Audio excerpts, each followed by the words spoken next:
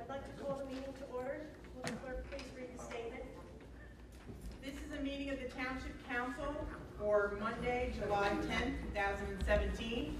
Adequate notice of this meeting has been provided to the public and the press on January 5th, 2017, and was posted on the bulletin board in the municipal building in accordance with the Open Public Meetings Act, NJSA 10:4-7.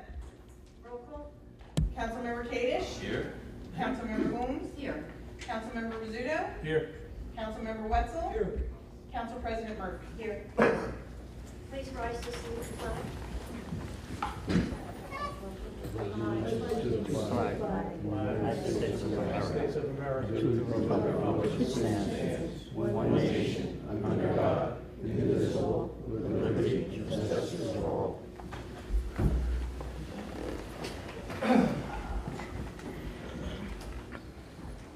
This evening, our municipal attorney is not present. However, Vernon Township is here to step in his place. Thank you. Happy to be here. I'd like to open the meeting to public comment. May I have a motion? Motion. Is there a second? Second. Is there anyone that would like to address the public? Or the council, please step up. Good evening. My name is Arthur Alvini. I live in Vernon. I hear we're going to float a bond to fix this pump station.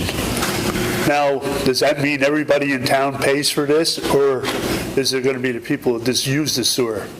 I mean, we do it in the ground by my house, and cows will probably fly before I get the sewers out by me. And also, I'd like to know if I could buy one of the fire hydrants that we don't use. My dog would love to have it. Now, what's the deal on this bond? Well, Art, it's not a comment section. It's just a comment section. It's not really a question and answer, but there's been no decision made, to my knowledge, that we're floating any bond. Okay. So, and just so you know, as far as the plastic on the fire hydrants, we would have to float a bond for that, to take them off. Thank you. Is there anyone else that would like to address the council? Good evening, Council. Greg Kurtzel, Sussex side of Vernon. I come before you tonight to see if we can get an ordinance set up. Right now, I'm the vice president of Vernon Youth Football. We have a great field, great complex. We have a snack bar that's not used. It's too far from the field. Nobody will ever use it. They've tried to use it. It's pretty useless. Plus, it doesn't have even if we were to use it, doesn't have the facilities inside. All it is a freezer and a refrigerator. There's no stove, there's no hood system, there's no fire suppression system. So what we do is every game, we bring everything down to the field, we set up a tent, and we work from under a tent. Last year was my first year doing it, when I first got involved in the league. And the people before were, I guess, comfortable doing that. And it's ridiculous. Takes me an hour and a half just to set it up before the game, because obviously we know how people, they have to volunteer, but if it starts at 6 o'clock, they're there at 6 o'clock, and as soon as their time is done, they want to leave, which then falls on me to put everything back away when everything is done. I went to talk to Michelle from Recreation and asked her, is there anything we could do? Maybe put a satellite snack bar down there. The issue with that is with the state, you need a full-blown septic system, which obviously is not going to work. So then I was talking to her about, what about a truck? And she said that I'd have to talk to Allison in zoning. Well, once I talked to her, she called me back and said that there's an ordinance that doesn't allow you to have a truck down there. So I saw Michelle on Friday, and I wanted to see this ordinance. And there was only something about solicitation on township property where you couldn't do it. But it wasn't that you couldn't have a truck, it just said strictly solicitation. So I talked to Michelle today, and obviously there needs to be an ordinance introduced to have a truck, not a truck, what we want to do is maybe get a trailer that's all set up, leave it there for the game, Game is over, we put it away, and it's strictly only there on game time, which is Saturday nights and Sunday mornings.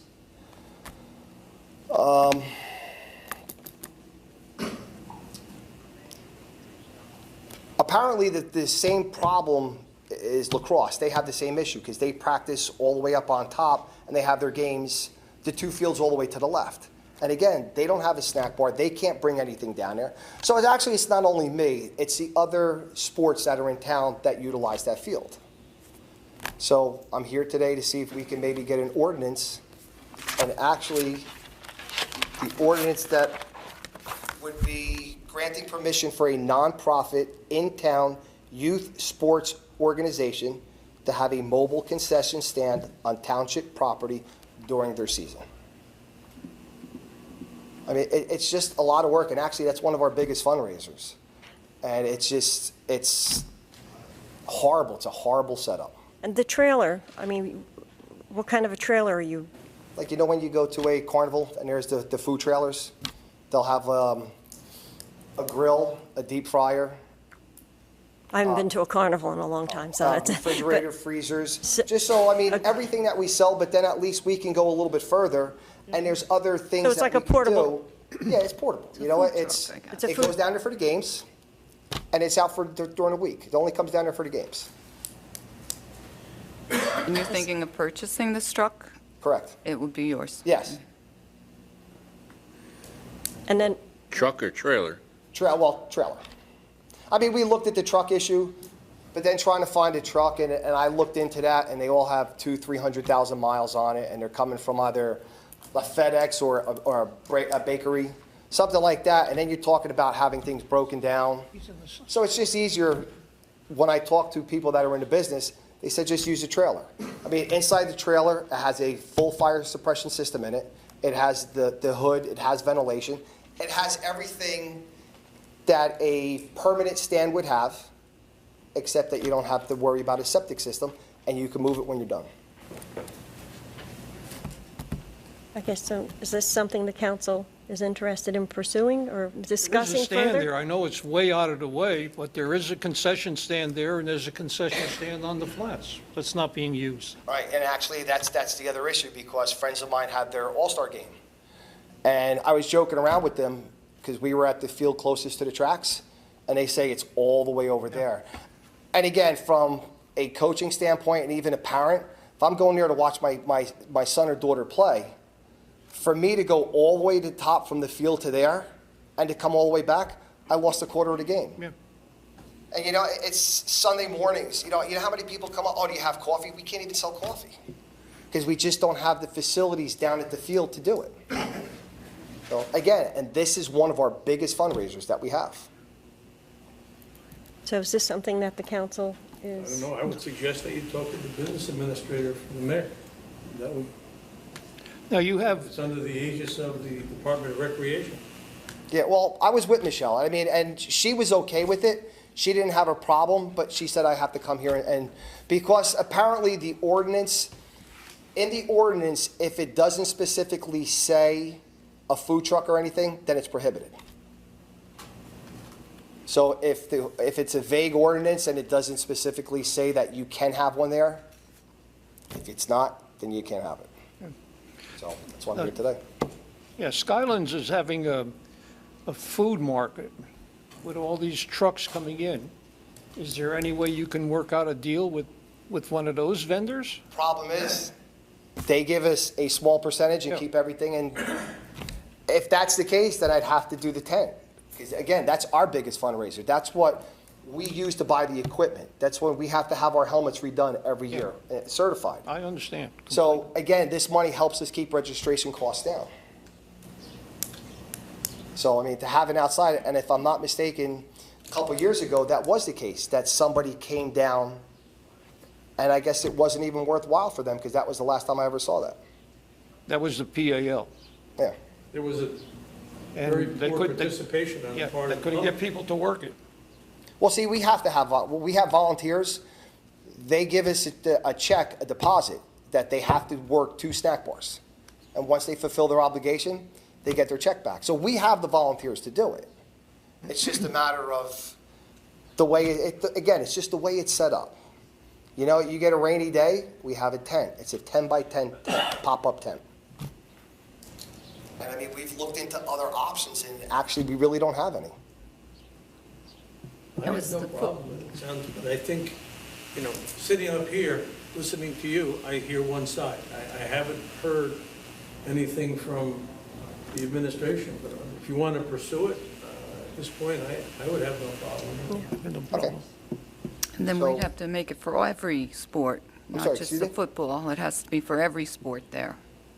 Would have to have the Well, opportunity to do the every same sport thing. would have the opportunity to Right, do that, right, correct? Right, But their vehicle would be theirs. Yeah, that's correct. right. So anybody else that wanted to do it Yeah, as so I mean, well if could do lacrosse it. wants to do it, if girls softball wants to do it, Yep.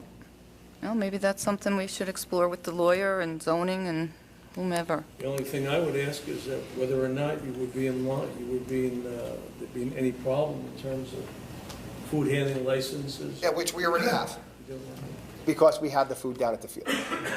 Now, which fire department are you with?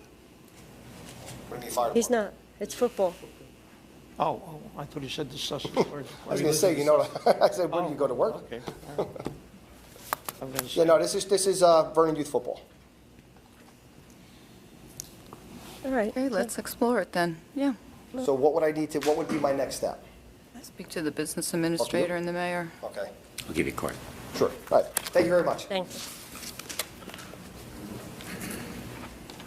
Is there anyone else from the public that would like to address the council? Quicker, so. Thank you. Time-wise.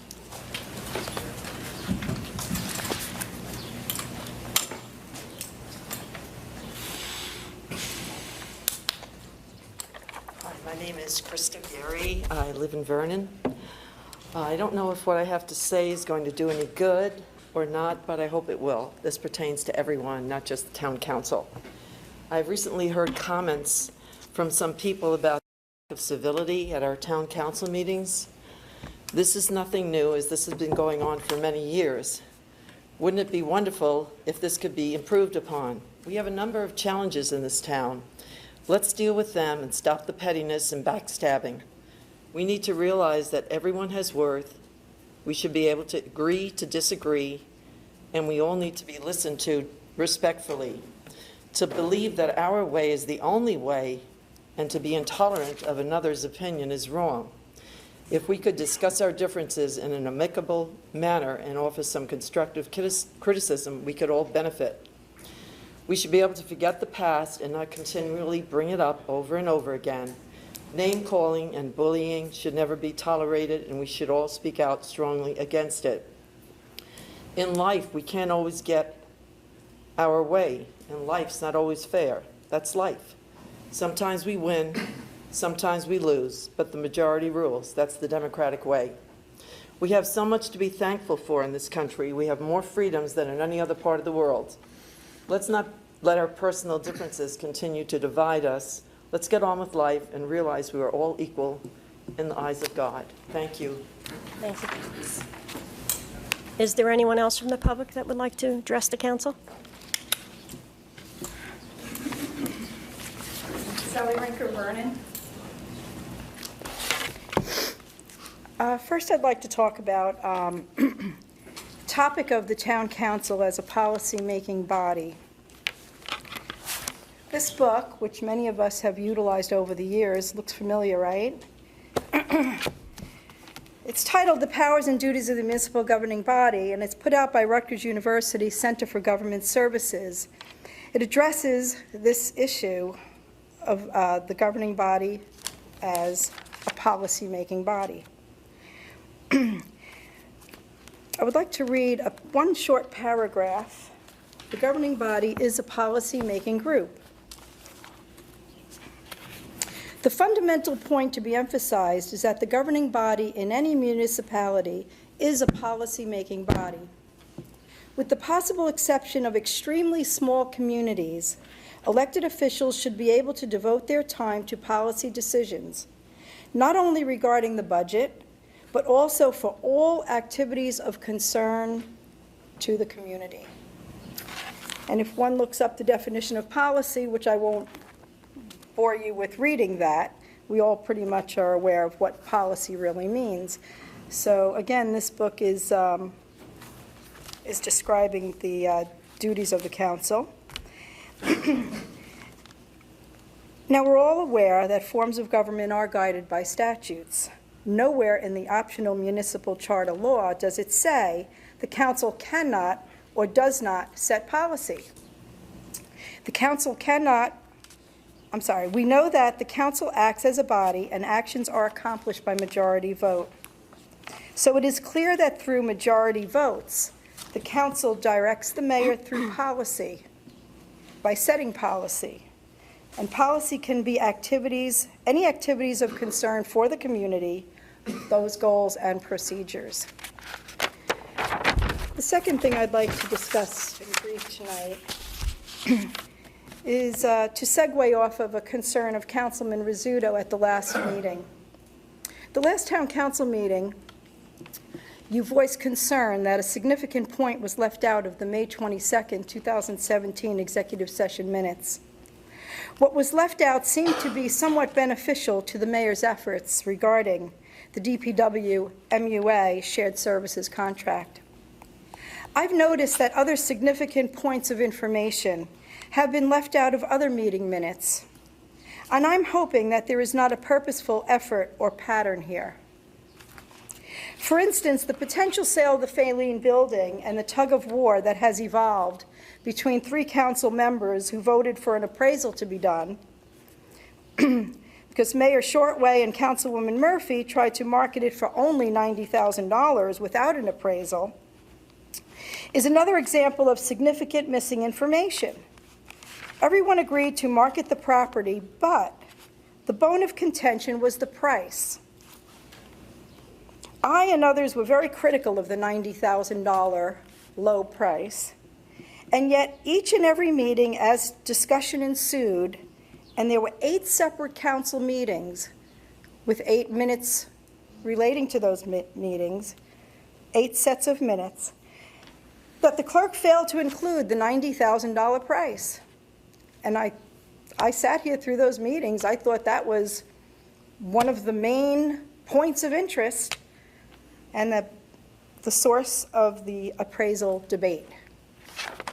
That still continues, I believe. Furthermore, I stated that Murphy was in conflict by her admission on the record that she made calls to see if there was interest, circumventing and compromising the required fair and open bid process. At 2 separate meetings, no appearance of that significant point either.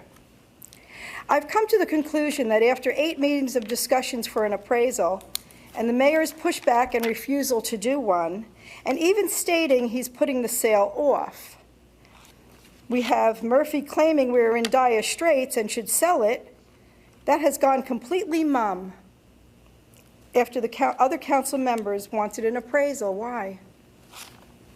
Why is it just fading away? Something that was so urgent.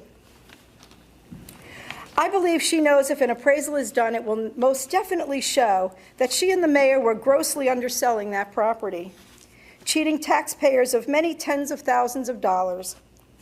Very bad for a bid for re-election. So they dropped it like a hot potato. No dire straits, no effort for revenue, or the return of a property to the tax rolls. Getting back to the minutes, on Ms. Murphy's command telling me, and I quote, "Mind your business, Sally Rinker," at the May 8th meeting, and not a word of it appeared in the minutes. So when I responded to her comment on May 22nd, stating the reasons Vernon business is my business, the clerk again left out the significant aspects, including Murphy's rude comment, thus making my statements appear that I came just to speak about myself rather than a response to Murphy's arrogant statement. So I am suggesting that the council members who are concerned that the minutes reflect the true gist of business discussed.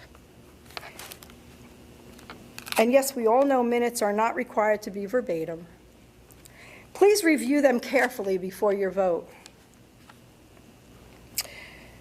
When the omissions are significant points, and those omissions rescue and/or support certain persons' agendas, In my opinion, there most certainly seems to be a pattern. Thank you. Is there anyone else that would like to address the council?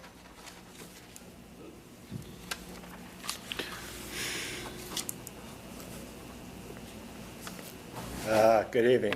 My name's Tom McClackery. I noticed on the agenda tonight you got two ordinances that you're introducing.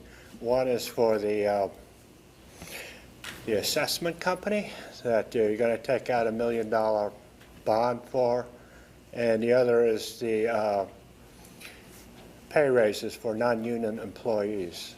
And my comment on that is, if the assessment company is the same one that did the assessment in 2008, I would say that, you know, those folks not only cost us the $1 million for the assessment, but probably a couple $100,000, no offense, in legal fees.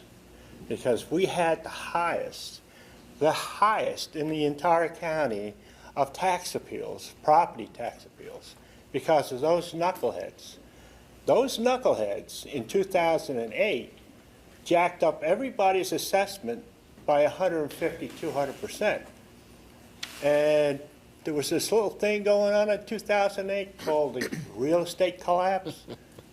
And nobody in this township could even come close to selling their property for the assessed valuation. What that led to was a bunch of people going to tax court in the county, appealing their tax assessments. And the majority of them, over 99% of them, probably won because they were overassessed to begin with. As all of that's going on, that's 10 years. The tax assessor, who is a non-union employee who's getting a raise or something's going on there, the tax assessor has at least 3 ways of adjusting the tax rate. And you all knew it. And you could have adjusted that rate. And you could either do it by sections, which is what Wantage is doing now, or you could do it town-wide, and you could just reduce everybody's assessment by a ratio. That wasn't done. And when we just sat here for 10 years, we paid for the lawyers to go down to the county, we paid for the tax assessor to go down to the county and appeal all these tax assessments, and they lost. You know, they just flat out lost. So that cost the taxpayers a couple $100,000. You know, basically this assessment company are criminal imbeciles because you cannot raise a tax assessment when the entire country real estate prices fell, except in Vernon. And actually that's it. The other thing I wanted to bring up was I'm a dog owner, and you have something on the agenda for tonight. I'm going to get up and talk about that, but, you know, I used to think I was the biggest pansy in my neighborhood until I got my dog. And my dog got beat up by a Boston Terrier. So you may want to think about adding Boston Terriers to vicious and wild dogs. Thank you. Is there anyone else that would like to address the council? Seeing no one else, may I have a motion to close to public? Motion. Second? Second. All in favor? Aye. Next, we have the mayor's report. Is there a report at all? No, there isn't. I'd like, since there's no mayor report, I have some questions that I'd like to ask Mr. Faulkner. Whatever did happen to the appraisal? Did it get done? I sent the last conversation we had for Faline, the appraisal for Faline. I sent Mayor Shortway a proposal, or a gentleman who gave me a verbal proposal on the phone that was considerably less than the proposal he sent us. And I've never heard anything since. So I'm assuming it got done because we asked the mayor to do it. I don't know about that. I didn't see the correspondence that you had with him. So no appraisal's been done. Is that true, or? No, we did the one that Well, it was a proposal. It wasn't an appraisal. No, I know. We looked into having an appraisal done based upon not utilizing the current use, and that was something that I believe that you and the majority of the council was against, and you wanted it to go forward, that we just market it as is. And the appraisal as is. Right. But, I did not see any of your correspondence with the mayor. okay, and it was not done. I'm guessing because we Not to would my have gotten knowledge. it. Not to my knowledge. Okay. So that's the one thing. The second is, I think we should, since the minutes for the committees are not recorded or posted online, I think we should start getting reports from the committees, from the rec committee, from the GAC committee, from beautification, environmental, because no, I don't think anybody here on the council knows what's going on in any of these committees. The beautification only keeps notes. They don't do Well, they can full-blown. do, Yeah, well, but they don't can come and give us a report, and then also the money spent for each committee. I mean, since I've been on the council, I think I can only remember one committee giving a report. So I'd like to see that done, if that could happen. If they aren't supplying us with a report, you would want us to do that. Well, either maybe the chairperson of the committee could take minutes and then get posted, or they could come to the council and give us a report, maybe quarterly, of what's going on in their committee and what money is being spent. So those are the two things. And then my third item is, there was a gentleman here last week talking about the speed limit on Cannistier. 2 weeks ago. Or 2 weeks ago, excuse me. Do you recall? Oh, you're asking me? Yes, I do recall that, yes, ma'am. Did he ever come back in? Did anybody reach out to him? I know that the mayor reached out to the chief of police and asked him about trying to do a little more enforcement up in that area where, it was pointed out that there was a problem. Okay, great, thank you. I didn't see if it was followed up. Thank you.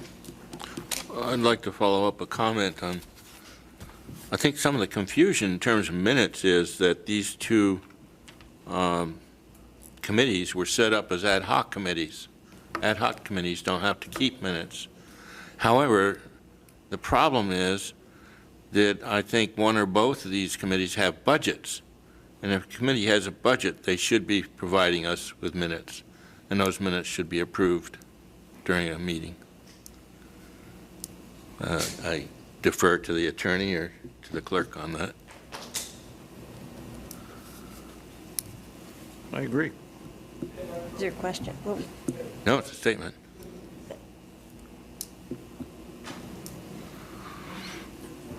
is that it? Whatever we could do to get the information would be great. Is that it? What? Is that it? Yeah. Next, we have minutes. We have the regular meeting minutes of June 12, 2017, and the executive session minutes of June 12, 2017. Do I have a motion? A motion. Do you hear a second? I'll second it. Roll call? Member Tatum? Yes. Councilmember Holmes? Yes. Councilmember Rizzuto? Yes. Councilmember Wetzel? Yes. Council President Murphy? Yes. Motion carries to pass unanimously. Wait, I take that all back. I wasn't at that meeting. I have to Would you abstain. like to abstain? Yes, Motion carries to pass minutes with abstention noted. thank you. Next, items for discussion, the ambulance squad, with Administrator Volker and Fire Marshal Lou Tosto. Please step up and speak on this matter, or? Is it all right if I sit? You could sit. Okay. Yeah, I didn't think so, but. I'll lead off, and if I need Lou, which I do, then I'll ask him to chime in. I think some background had been given on this. I know that when I was first hired last year, I was told by the mayor that this was a very important concern for the community, that there was difficulty in getting volunteers to continue to be the only source of medical assistance to the residents. And that's not unique. I think everybody may be aware that, and I believe that Vernon's exemplary in the fact that they made it to 2016 before running into this issue. I came from an Essex County community, which it's prevalent down there that daytime coverage is really very, very difficult and not able to serve their communities, and haven't been for probably 15 or more years. I subsequently met with both the Vernon Ambulance Squad and the Glenwood Pochuck Ambulance Squad, meeting with the officers in those groups, and they did admit that that was a big concern of theirs, that they had problem covering the shifts, and as dedicated as they are, they just didn't have enough people to do daytimes on a regular basis. When we met in June, they said, you better start putting a plan together, and I had told them that we were planning to go forward with a paid ambulance service, but it may take a while. I subsequently heard back from both groups in the fall stating that you better move up your timetable because the coverage for the shifts was getting more and more desperate. So I subsequently met with them and conducted interviews with the two primary health groups that serve this area. That was Atlantic Healthcare and Prime Healthcare. Atlantic being out of Newton and Prime being out of St. Clair's in Denville. They participated, both ambulance squads participated in the interviews with both of the two health groups, and it was unanimously decided by everyone, myself included, that the best proposal was coming from Prime Healthcare from St. Clair's. We subsequently went forward in trying to put together a contract, which we did in January of this year. And since that time that we finalized the contract, we've been served to cover shifts by St. Clair's. Initially, it was 3 days a week. A fourth day was added, and a night shift was added since then. So it only goes to indicate that the difficulty that the volunteers are having trying to cover the shifts. And like I said, I think it's a tribute to all that they've done for a lot of years in serving this community as large as it is, and as large, as large in population, as large in square miles that it is, to be able to serve it as effectively as they have. When we did first sit down with Prime Healthcare and decided that, let them know we were going forward with them, I did tell them that we were looking to do a paid service through the township sometime in the near future, and their exact quote was, "You'd be crazy if you didn't." So that being said, I know that Lou Tosto had already gotten a head start on some of this. Lou has previously organized 2 paid ambulance services in Lodi and Garfield, so he has experience with this process. In addition, he and I both met with Sparta's ambulance squad, who has been running, if you will call it a hybrid, for probably close to 2 years now, in which they do paid during the day and volunteers at night. And they gave us some valuable information and input as to what we would likely want to do going forward. We have at this time a draft of an ordinance that's with the township attorney that he's reviewing. And in it, we incorporate the volunteers into this new format, and which they will be involved in still serving the town, and also with serving on an executive board.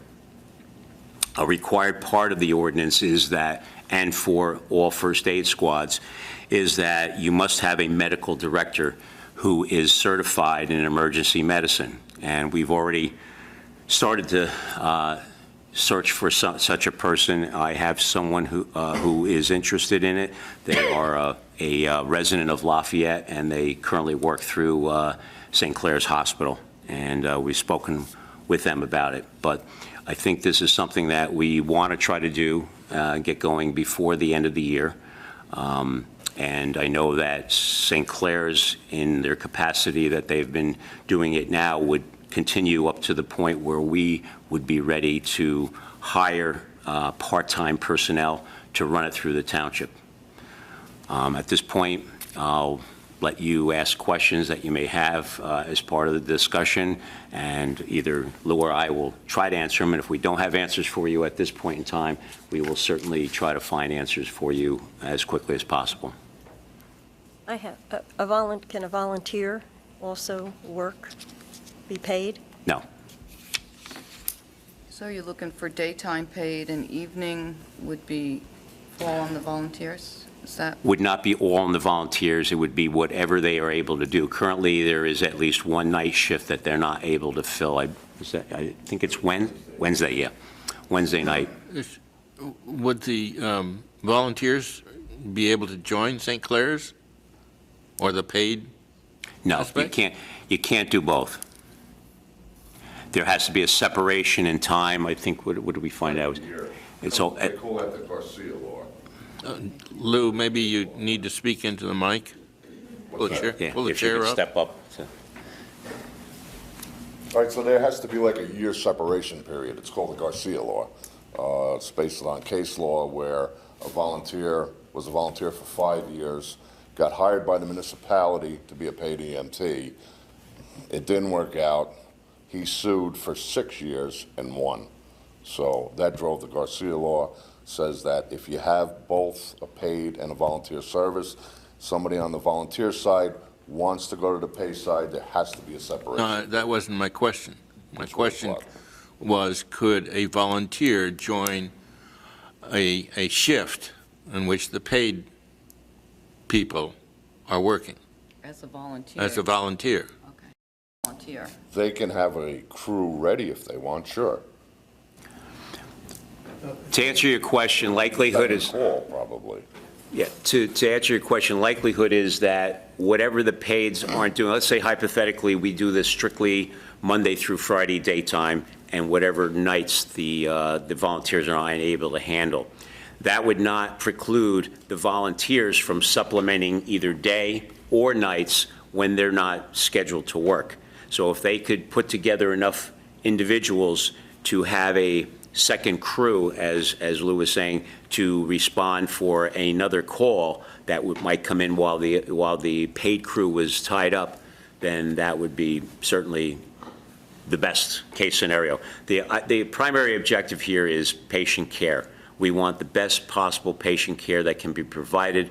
Right now, we know that the way things were going, the time in between when the call came in for the request and when the response got there was starting to get too large, which was similar to what happened, down in some of the communities in Essex, Bergen, Morris, et cetera, where they had to go to paids. What about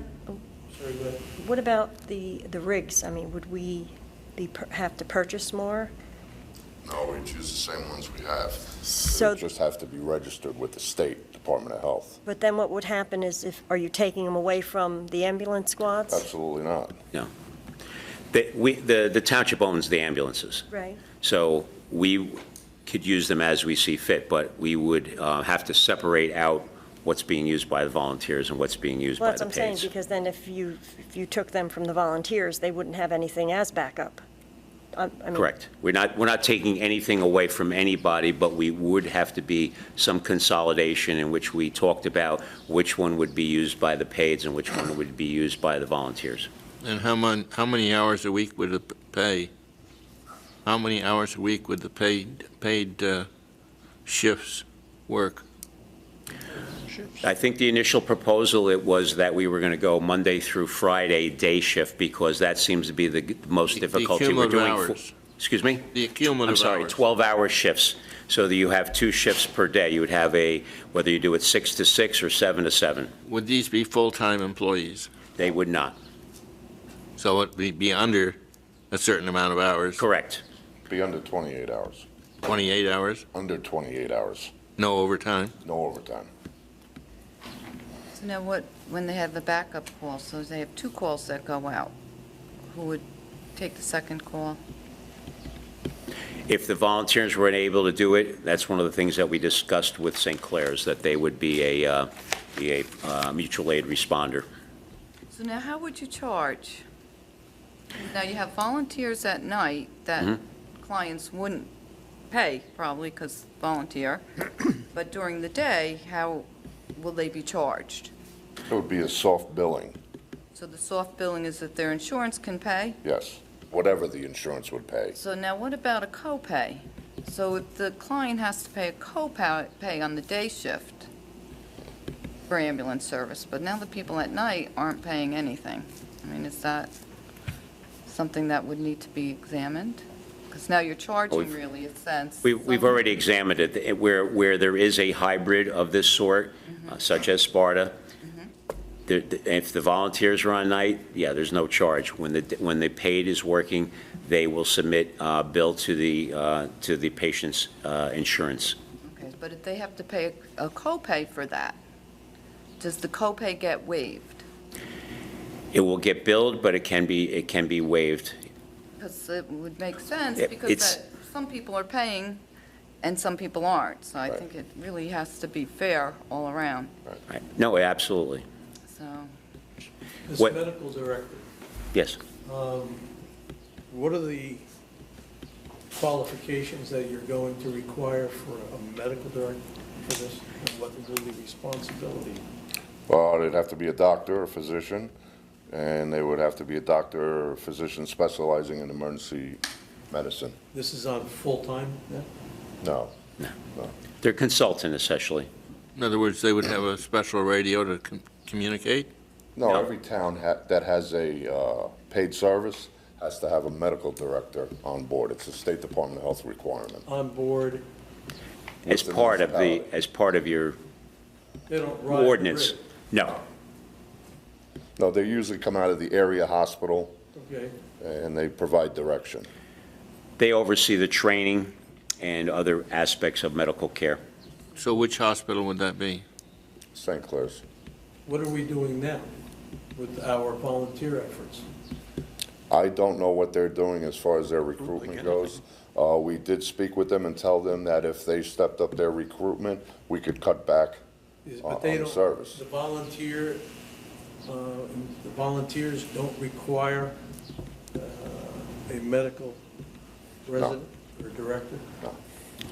It's recommended, because even the woman that we spoke to from St. Clair said that she currently serves as a medical director for volunteer ambulance squads throughout Morris and even into Sussex. So that person would not be a full-time employee? No. Basically, like I said, it was more of a consultant to oversee the medical aspects of the services that are provided by Vernon. How would the storage of the ambulances be? We would work that out with the volunteers. They'd probably still use the same buildings. Would there be rentals? I don't know that to be the case. We haven't sat down to talk that over with them. I have discussed the broad strokes with them. As it is right now, we currently give them money each year for their budgets. So, and I don't think there would be anything additional. Would you have volunteers and paid employees riding on the same rig at the same time? No, So they'd always be separate? correct. State requires that if you have a paid EMS service, you have to have 2 EMTs on the rig at all times. I don't understand why you can't intermix them. Sorry? If there's a volunteer that can ride with the paid, That's a State Department of Health regulation. What's your rate of or Sparta, or whomever you conferred with, Rate of reimbursement with the soft billing. What do they get in return? I don't know what No. they didn't throw out their numbers What's, really. what's the rate, like But percentage-wise? They're Medicaid rates. It's They're whatever the Medicaid? Medicaid schedule is. Yeah, they pretty much go by those rates. No, I guess let me rephrase this. How many people are not We paying? did Yes, not there you ask go. him that. Oh, We did not ask him that specifically, but if you'd like me to find out, Yeah, I can ask him that. People, commercial insurance deny, which I think they will pay, but Medicaid will pay. If we're not getting reimbursed, I mean, we have to do something, of course, but if we're not getting reimbursed, how are we going to pay out these per diem EMTs? And then it would Agreed. be beneficial just to stay with St. Clair's. So I think we need to find out that we're going to recoup that money at a regular rate. That's the plan. Okay, so I think I'd like to see that. That's the other thing that See we've if you can get some done. information, maybe find out from the other towns. Who pays? What insurance pays? Does Aetna pay? Well, Like well, what all commercial? insurance, all medical insurances will pay. Mm-hmm. If the person has medical insurance, it will be paid regardless of where the coverage comes from, whether they're seniors and they have Medicaid, or if they're not seniors and they have their own medical insurance. But there will be payment involved. I can't, like I said, if you want, I'll try to get you what percentage of their residents Yes, have not paid. Per But- call, if they have Right. 10 calls go out, are all 10 paying? Sure. Something like that. The medical director, did you say whether or not that's a full-time position? It's not. If No. that's not a full-time position?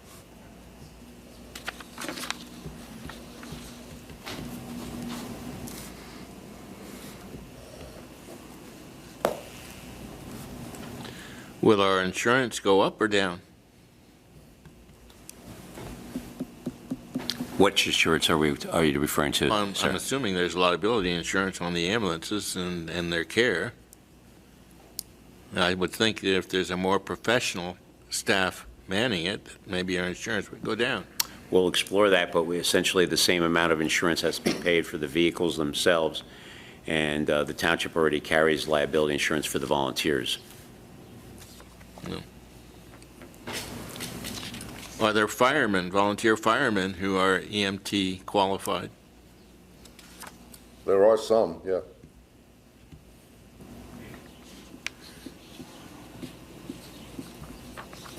But they would have to wait the year also if they want to do it. Yes.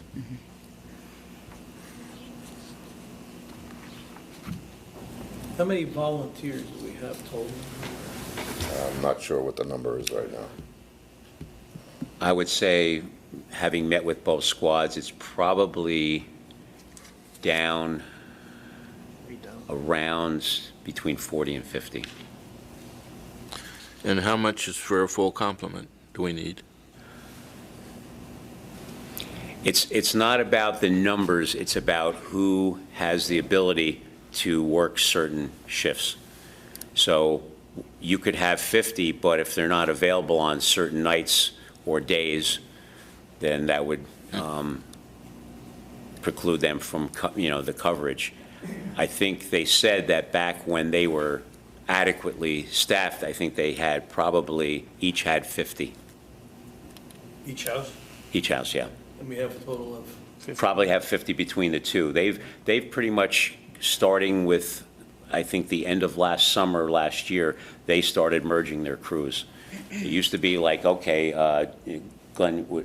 Pochuck would take one night, Vernon would take the other night, and then all of a sudden, they couldn't even separate them out. They would have to cover a particular shift with a blend. Who would do the billing? Third party.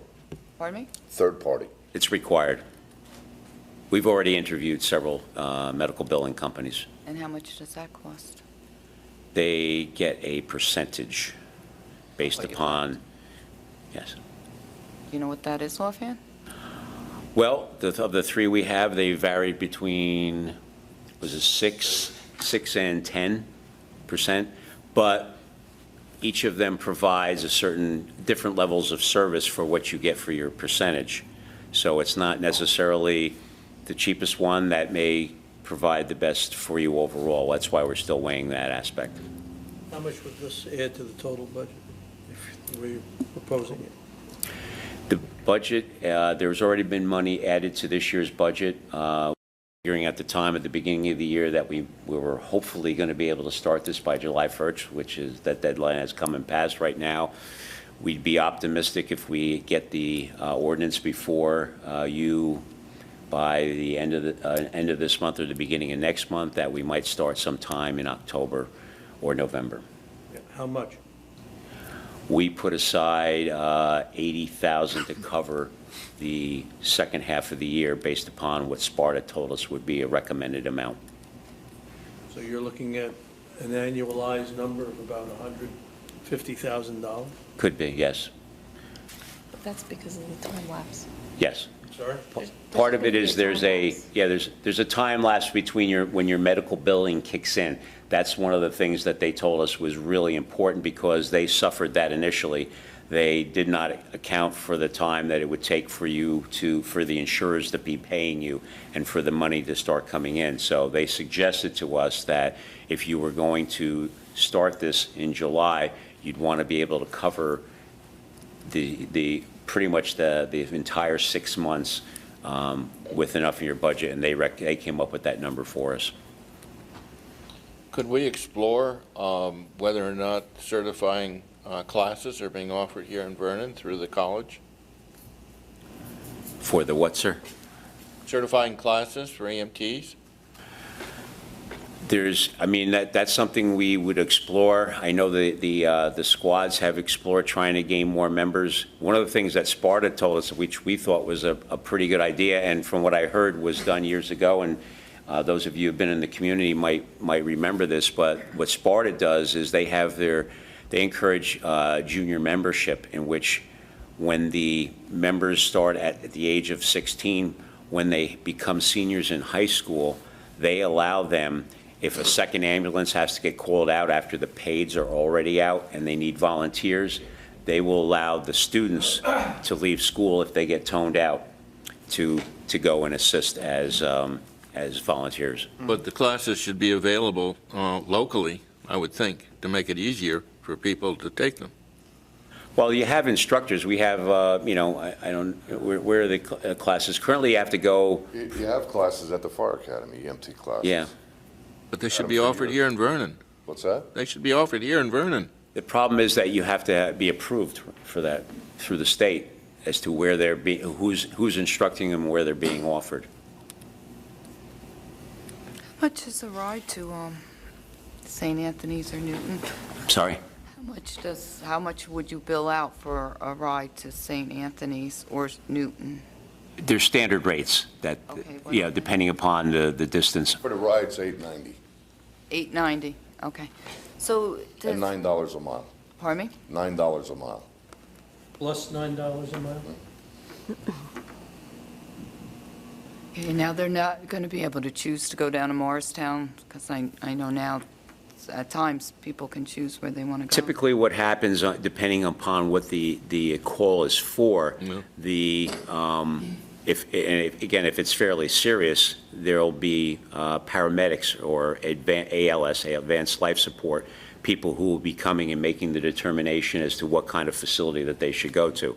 So, for example, if it's an accident where there's trauma, and I can attest to that firsthand since I was in a head-on collision, they recommended that I go to Morristown because it's a level 2 trauma center. If it's something that's less urgent, then they could go to St. Anthony's or one of the other hospitals that, wouldn't necessarily require that level of expertise. So when you search around and try to inquire about reimbursement rates, can you also inquire to see if any are denied?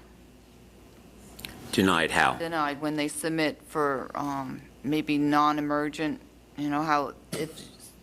I'm sure it will get to that point one day, I'm thinking.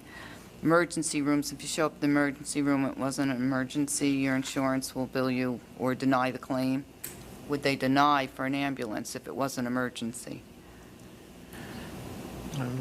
You show up to the Typic- house, the person's fine, or they're vomiting. It could be a million and one scenarios, but if it's not emergent and you take them in the ambulance, I'm just curious, maybe. Well, it's something in to ask. almost all cases, unless they're quite serious, the patients, even though they call for an ambulance, whether it's the volunteers or St. Clair's at the present time, when they get there, if they are feeling better after the call, they can do a release from medical assistance, or what they call an RMA. So that's still up to the patient to decide.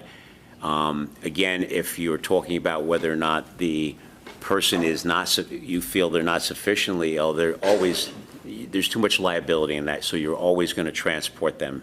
Right, so If I'm they just want to go, curious they're if going. The insurance denies them, that's all. Well, typically they don't. I mean, depending, if there was a situation where you had an individual or individuals that were constantly going and realizing that when they got there, the evaluation was not such that they really probably didn't deserve it, that could happen, but I don't know of any, I don't know if you ever heard of that ever happening. I have not. What about in a lift assist? What?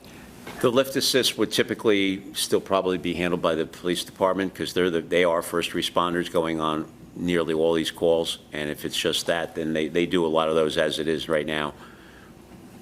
It's sometimes, if they're too busy to do it, that's when the either paid or the volunteers would be called to help for something like that.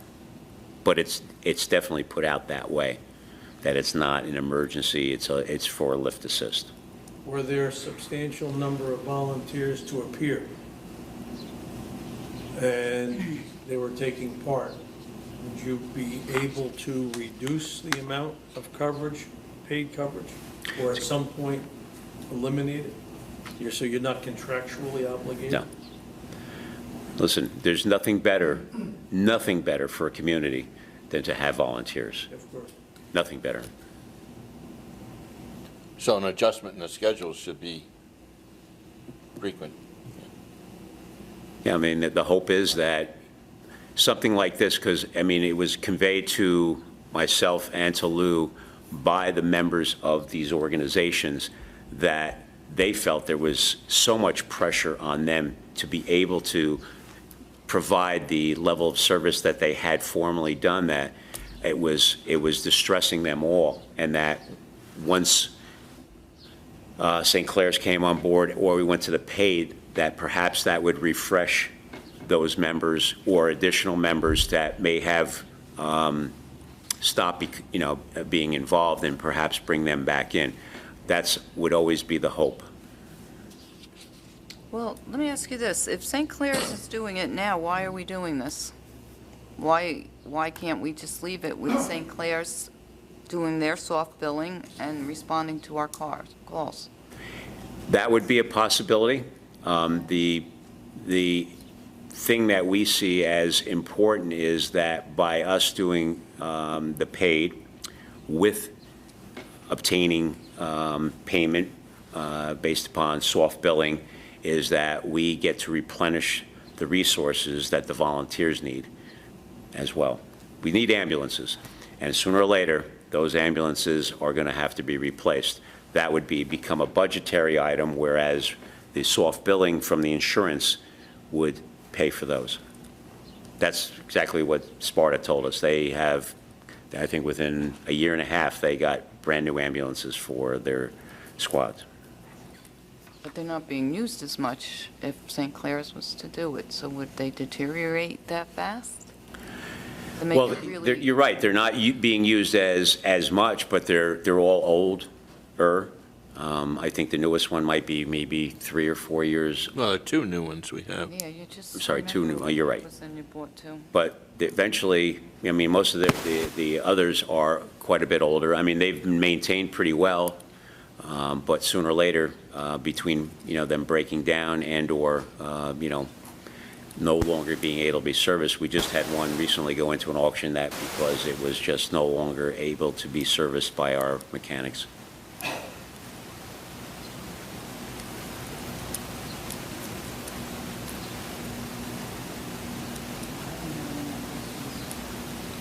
Sure, I will. That's fine. Just, you can please forward them to me, and in the meantime, I'll find out those two things you wanted to, me to find out. Is there any other questions that anybody else would Gonna like me address the to look copay into? issue as well.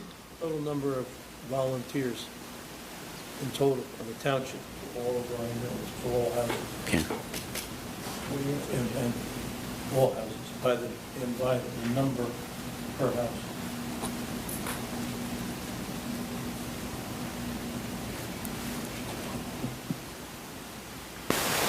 You know, I believe you want active members.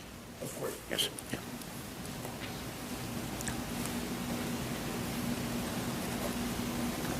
Anybody else? Question? Well, hopefully we'll have a kind of comparative data available to us for all these questions that we had. As soon as I get the information, I'll put it out to the council. Like I said, we have the draft of the ordinance before the attorney for review. And like I said, we're hoping to move forward in a reasonable period of time, but I'll make sure that we report back to you prior to that coming to your, forward to a meeting. All right, thank you.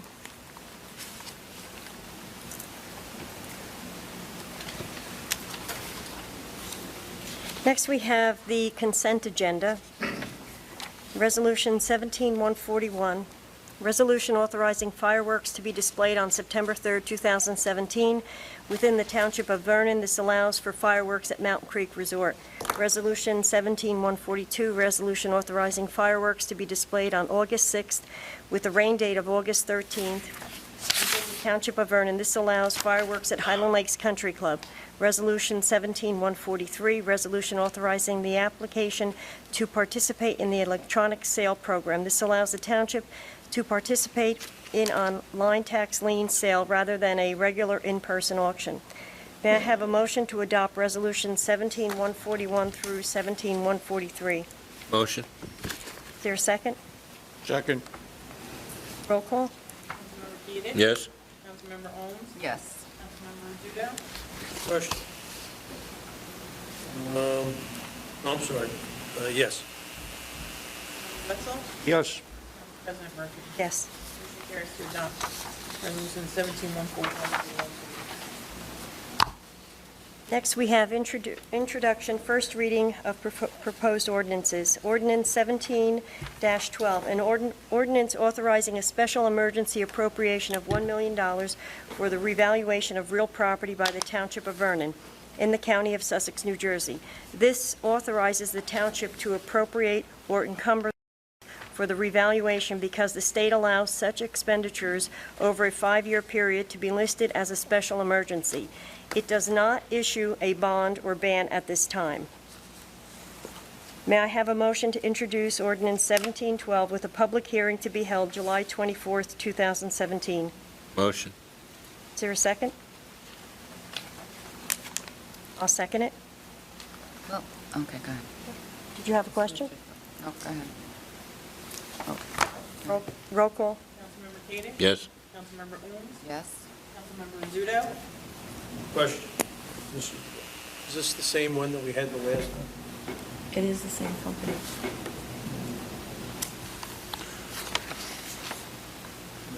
And they were voted on in a previous meeting, No. subject to this. Is this establishing an account? This is establishing the appropriation for Appropriation. But it the doesn't reval. commit us to a company, does it? The company was already Yes. voted on. Yes. Voted on. Yeah. All right, I changed my vote. Yes. Councilmember Wetzel? Yes. Council President Murphy? Yes. Motion carries to introduce ordinance 17-12 with a public hearing to be held on July 24th, 2017.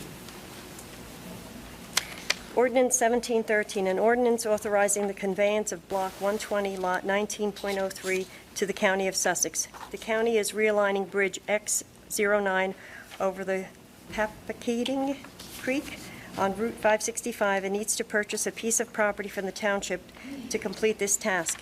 This ordinance authorizes the conveyance of the property. May I have a motion to introduce Ordinance 1713 with a public hearing to be held July 24th, 2017? I make a motion. Second? Roll call? Councilmember Keenan? Yes. Councilmember Holmes? Yes. Councilmember Rizzuto? Yes. Councilmember Wetzel? Yes. Council President Murphy? Yes. Motion carries to introduce ordinance 1713 with public hearing on July 24th. Would anybody, excuse me a second, would anybody like to have somebody from the county here to speak on that, or no? You won't be necessary. No, Okay. Gave us a lot of They material. gave us a everything map. was here. Okay. Fully I know they explanatory. gave a lot, but, okay. Public hearing, second reading of ordinances. Ordinance 17-10, ordinance of the Township of Vernon, County of Sussex, State of New Jersey, amending Chapter 148 and Chapter 250 of the Code of the Township of Vernon regarding potentially dangerous dogs. The township does not have a section in its code for the licensing of potentially dangerous dogs. This updates the code to include licensing. May I have a motion to open the public hearing for ordinance 1710? Motion. Is there a second? Second. All in favor? Aye. Aye. Any opposed? Is there anyone that would like to step up and have any comments on this ordinance?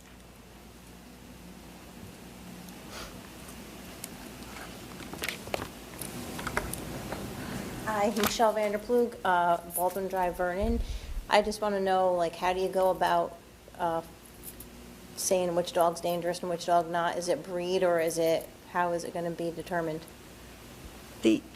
Well, this. It's the court. Judge. The judge does that. We could have the attorney address this, but basically it's if the court deems a dog dangerous. Based upon its behavior. You gotta have some kind of litigation done already. By state statute, you can't designate a particular breed as a dangerous or vicious dog. Correct. It's an individual dog, and there's a process to establish that the dog is dangerous or vicious. So if you just have a certain breed, like say you have a pit bull, that wouldn't be applicable to this. Right, so they're going to, like, how are you going to, I have 3 dogs, so how do you find out? If a for judge all- deems it, if there's an incident and it goes to court and a judge deems it dangerous, Okay, that's at that time. okay. But can we further specify in this ordinance that it has to do with attacking people and not other dogs? It's other dogs, too. No, it's other dogs, that's, It's dogs and people. Well, I think there should be a kind of declension as to what offense gets what fine, or the maximum of fine. If a dog attacks another dog, to be fined but isn't that determined by the court? $700. Yes. That's going to be determined by the Yes, court. I mean, So, that's adjudicated, again, through a legal proceeding. So we need this ordinance on the books to This is simply enact it.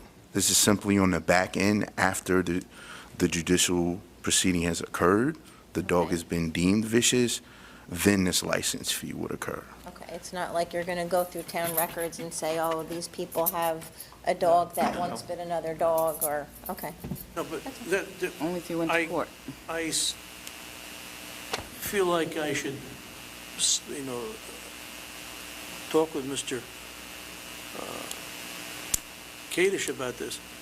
I tend to agree with you. I mean, I find it difficult to place the same level of penalty on a dog fight between Fido and Rover when they get into it real quick. And, maybe some overzealous owner decides to press charges versus a dog that attacks an individual, hurting him seriously. I agree. I just don't think you can paint that broad a stroke with a brush on this. And in my mind, $700 to me is way out of line. I'd like to see that. And if you lower. happen to have a dog that has been adjudicated to being vicious, and it's a 5-year-old dog that has a 14 or 15-year, let's say a 15-year life expectancy, you could be looking at $7,000 less what you would normally pay in additional licensure fees. This is for potentially dangerous, though. It's not for vicious. Sorry? A vicious dog would be, A vicious dog Either way. could be euthanized. Okay, but either way. I feel Depends on how good a lawyer you have probably on something like that. Well, then I guess if you have a lawyer, I guess the fee is really secondary to that. Well, I don't, But I at find this- it difficult to, at this point, though, if, excuse me, I was talking. I find it we'll difficult. have to redo the ordinance. Well, that's okay with me. Well, you should have read it before. No, I think it I'm should sorry, be lowered what, as well. bringing it up So, well, let this, well, I've worked with dog rescue for probably 25 years, a few different rescues, and I believe that there should be a difference if it's a dog human bite or dog on dog bite. I think there is a difference unless a dog has done both, which I feel is a whole nother gamut. But I do believe that dog on human is, to me, more dangerous because a dog is going to be a dog and probably bite another dog at some point in its life, possibly, but it shouldn't be biting humans. So, that's all. thank you. I'd like to make some statements. As Mr. Rusudo said, it's year after year, so if the courts don't deem that the dog needs to be euthanized, then are we speeding up the process because somebody can't afford it? I guess my question is, what is the goal of this amount? We've chose 700. Why did we choose 700 versus 300? What's the goal? Because I've checked other towns, they range anywhere from 100 to 700. Sparta charges 500. So what's the goal for that choice, that number choice? Are we trying to penalize these people? Are we trying to encourage them to euthanize their dogs because they've been deemed potentially dangerous and we've put now a big licensing fee on and they have to pay it year after year and may not be able to afford it? So that's why I am recommending amending this to a lower rate, and then once we determine the rate, what are we going to do with that money? And I think it should be earmarked for potential litigation down the road when we do have to litigate dogs that are have incidents in town, or use it for education.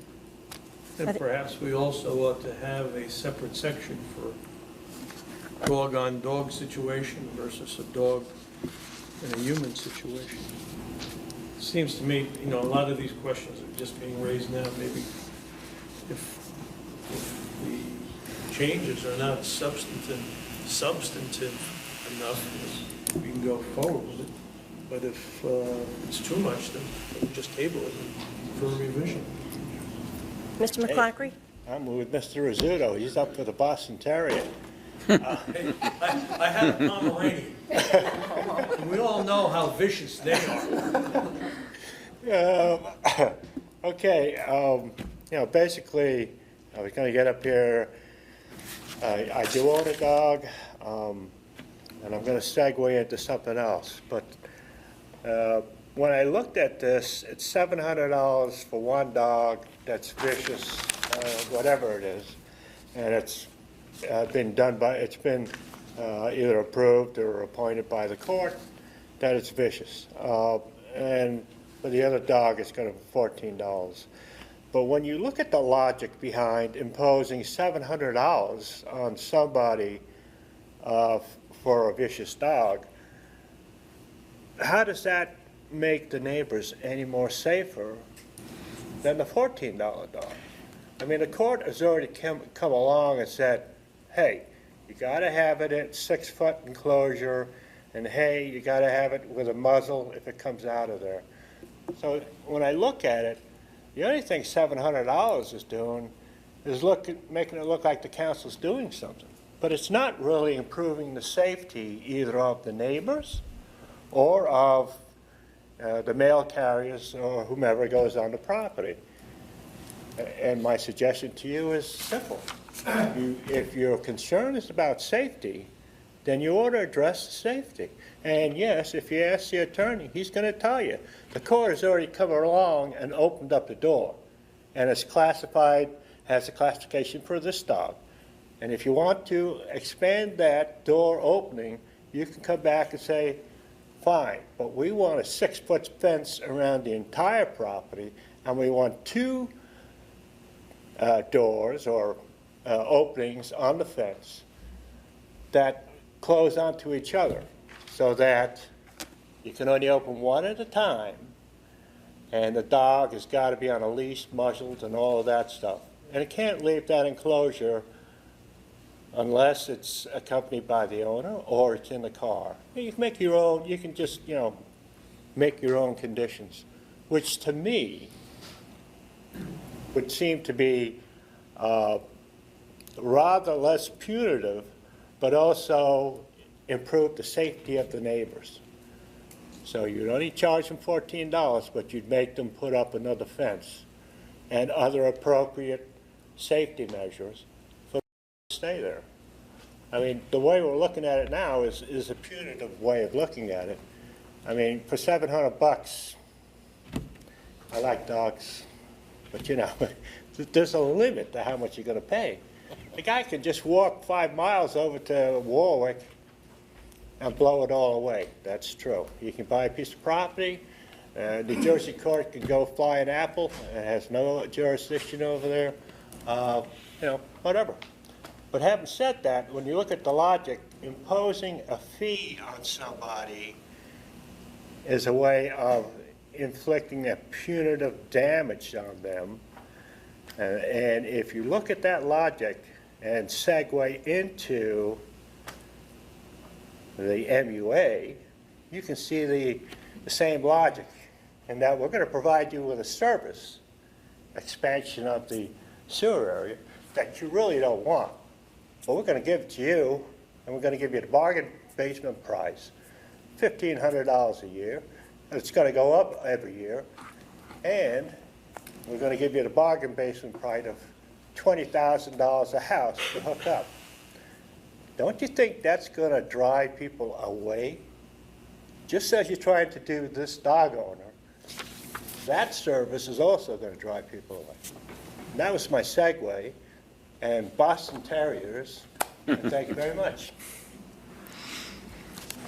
Well, the only thing I have to say about this is that we had this introduced, it was given to the public, excuse me, and Well, we'll just now, have to redo it right, if but you now all we're agree, going to, that's all. but we pay for that every time, just so you know. Well, then that happens, We so pay for to it. do the right decision. Well, that's why it's being given out Well, as early as it is. Yes, Brian? Ryan Lynch, Barry Lakes. I'm listening to the dogmatic concerns of everybody here tonight. And I think that the council has more questions than answers right now. And I think that before you move any further, adopt this and then maybe have a work session on this issue and speak to other towns and where they lie with this. Hearing $700, a lot of people in town have expressed to me that, a lot of people, most people that I'm in contact with anyway, that they have a lot of questions too. And before people start running around and politicizing dogs, running out and licking somebody, and then all of a sudden, well, now you're going to get a fine of $700 and not knowing the full verbiage of the ordinance. I think it needs to be a lesson to all of us. And just take a step back. It's not like the dogs are at the gates right now, ready to start attacking people. So just take a look at it and see what other towns do. Charging $700 for something that you're giving a judge the authority now, and that judge is not going to ever see that dog. And it may have a bad day, just like the rest of us do, but we usually don't bite other people. But I'm just asking that if you just take a step back, do some more research on this before you pass this as an ordinance. Thank you. Yeah, John Stevens, Vernon. I just wanted to know, who makes up the list of what dogs are bad? No, Johnson, this Who makes the list? This happens by virtue of a case going before a judge. Yeah, okay. And the owners, I guess you're talking about the plaintiff and the defendant, get together and, the judge hears both sides and determines that the dog acted outside of the way a normal dog should act, okay? doesn't mean that if the dog is a collie, that, it's all collies or anything. It's that particular dog. I So- understand. So nobody's making up any list of dogs. How are they going to or breeds. decide before it goes to court that that dog was bad? The judge will decide. Judge decides. Somebody has to sue you and take you to court, or the town, I If the imagine. dog bites somebody or something. Right. So what? Well, I got 3 dogs right now. If my 3 dogs wind up on that list, because you're going to have to make a list. Oh, no list. No, no list. There's no list. No list. So how could you charge $700 Let the attorney, do you want, for the license? Yeah. could we have the attorney explain Yeah, this? sir, like we articulated earlier. I don't hear too good. Could you talk a little louder? No problem, sir. Yeah. As we articulated earlier, a dog will only be designated as vicious based on an incident occurring. And then there's a judicial process to deem it vicious. It's not like the town is going to go around making lists of particular dogs. Okay. So your 3 dogs, unless they have an incident, this would not impact them. Okay, you have to have an incident then. Yes. And if the incident says 1 dog is a dangerous dog, it don't have to do with the other 2 that I got? No. Exactly. That's all, thank you. Just that one dog. You want to table this? I suggest you table it. I'd like to say table it for, to the beginning of August, because I want to do a little bit more research. But how did this number come about? Like, again, I guess we're all wondering, like, what's the $750? I mean, how did that come about? Like, why not charge $200? I mean, what will we be doing with that money, and why did we pick that figure? I'm just curious. I didn't pick it, so somebody did, so I'm just curious why we came up with that number. I don't want to throw the township attorney under the bus, but he's recommended that we go a little high. Obviously, it's up to the council whether you wish to lower it. Because if you're going to charge, as Tom brought up a very good point, if you're going to charge $750, that money would probably best be used to make their property safe, and things like that, versus paying us for it. And then I would like to see whatever we do, that it goes into not the general budget as if we're trying to make a profit off of this, but to use it for education. Hopefully, we won't have many. Well, you're right, hopefully we won't have many, but that's a good point. But use it for education and teach dog owners safety and what to do if you have a dog like this and things Well, like and there's that. also schooling. Dog behavior can be changed. I'd like to see a declension of at least 3 or 4 categories. A dog fighting another dog is a category, a dog fight in which a person is trying to separate them and gets bitten is a category, I think. A vicious dog that attacks people, I think, is another category, and I think there should be different fines for each area. If a person splitting up 2 dogs gets bitten, some of that is his responsibility or her responsibility at the same time. I don't know whether that goes to court or not, but I think there's some other things to think about. Dogs can be well schooled after a bad behavior, and I don't see any opportunity for that to happen. If a dog is really vicious, it's often the behavior of the owner that has either caused it or caused the incident. And I've seen several cases in which the owner did not take responsibility afterwards. And then I think we should have some fines or heavy licensing fees if there's a track record of this. But it's not necessarily it's the owner that needs to be fined, not the dog. Well, the owner would be fined. Try getting it out of the dog. Yeah. So we want to table this to August 7th? I'd like to see that. Yes, thank you. Is there a motion? Sorry, is it 7th or is it later? Oh, I'm sorry, August 14th? I just need clarification. We're tabling the public hearing, or are we tabling the ordinance and then reintroducing it I just need. We're tabling the ordinance and reintroducing it, It's 14th. yes? So you're tabling 1710, and then you would like to see a new ordinance brought forward On August on 14th. August 14th. Then we need to talk about it and come up with some kind of consensus, I would think, before then.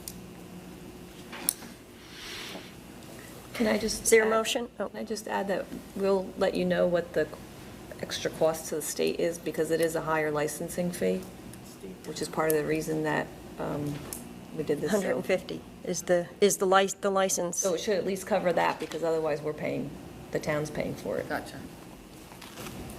Okay. Is there a motion to table? That was good to know. Motion was Thank made. you. I second. Second, you second it? I'm sorry, who made the motion? Mrs. Holmes made the motion, and I seconded it. Roll call? Councilmember Kadesh? Yes. Councilmember Owens? Yes. Councilmember Rizzuto? Yes. Councilmember Wetzel? Yes. Council President Murphy? Yes. Motion carries Unanimous. to table ordinance 1710 and a reintroduced ordinance for August 14th.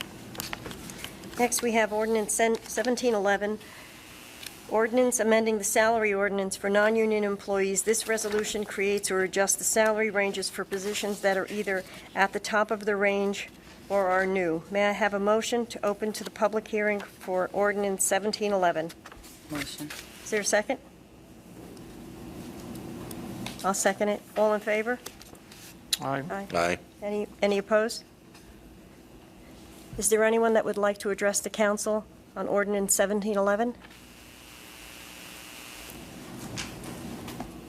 Seeing no one coming forward, may I have a motion to close the public hearing?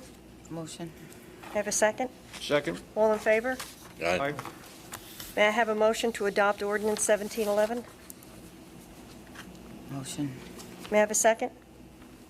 Second. Roll call? Question. Mr. Vogel, according to the ordinance, there was an adjustment on the min-maxes, I guess, on these. What were they before this ordinance? I don't recall what they were previously. Do you? The I think first one was 90, up to the max of 95. The second was up to the max of 95. The third one was up to a max of 5,000, and the part-time OEM coordinator wasn't a position previously. New position. This is a new position.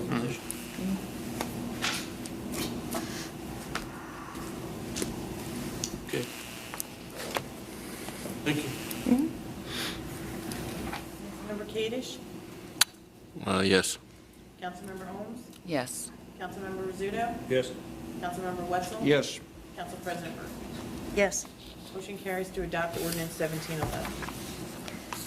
Council comments. Councilmember Wetzel. I understand the problem with the rescue squad. A friend of mine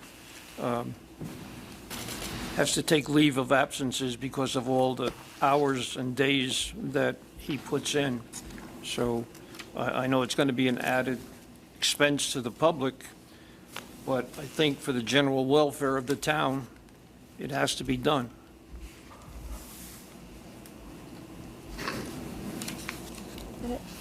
Councilmember Rizzuto? No comment. Councilmember Ohms? I don't have any comments, but I always thought about, why couldn't, for the reeval, why can't we just reduce the property tax by a certain percentage? We could save ourselves $1 million. Why didn't we do that, or can we still do that? We'd have to reduce the budget by a similar amount. Well, we may be doing the same thing. Right? What did you just say? Well, instead of our property values are going to probably go down. I think. Why don't we reduce them as a cut? Isn't that an option? No. Well, We were ordered by the county. well, that to was do a because we reval. had so many tax appeals to do it. So we wouldn't have as many tax appeals. But that would have to be done within a certain period of time, right in the beginning. I think you have the first couple years that you can do that. You speak into the microphone. I think you have the first few years that you can actually do that, but then it Few gets to... years from what, the from when last reval. eval? Yeah, from when the reval. And how many years has it been? 10? It's been 10. It'll be it'll be 10 in 2018. Actually, if you look at Jefferson's website, they used to have that, because that's what they did. Oh, They okay. did that way back, Oh, all and right, so actually it like wasn't so far 2009, off-base. 2009, 2010, actually, that was being looked at, because the numbers were off immediately because of the drop in the market.